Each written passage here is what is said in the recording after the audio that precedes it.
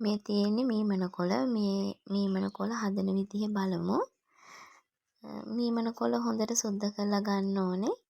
සමහර කාලවලට මේ මීමනකොළවල පණුවෝ ඉන්නවා.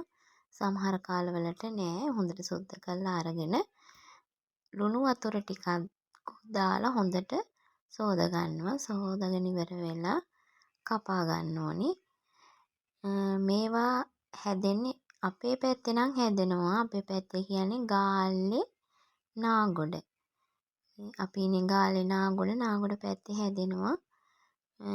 මේ ටික කපාගෙන ඉවර වෙලා තෙල් ටිකක් ලිපේ තියලා ඒකට ලුණු ටිකකුත් දාලා ඒක ටිකක් බැදුනට පස්සේ උම්බලකඩ ටිකකුත් දාලා කෑලි මිරිස් ටිකකුත් දාලා ඉවර වෙලා මේ මීමනකොළ ටිකත් පොඩියට ලියාගෙන මේකට දාලා හොඳට තෙම්පරාදු කරගන්න තමයි තියෙන්නේ. මං ගාව කෑලි මිරිස් තිබ්බේ නෑ. මම දැම්මේ මිරිස් කුඩු ටිකක්. කෑලි මිරිස් දැම්මහම හොඳයි.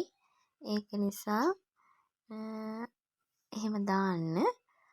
මේක හදලා බලන්න. හරිම රසයි. හරිම ගුණයි මේ කෑම. ඔයාලටත් කොහේදී හරි හම්බ වුණොත් හදලා බලන්න. හරිම රසයි.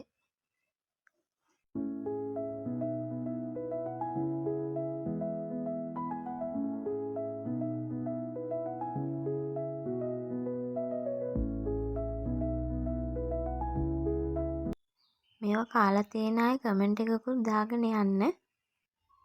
ඔයාලත් හදලා කාලා බලලා රස කියන්න.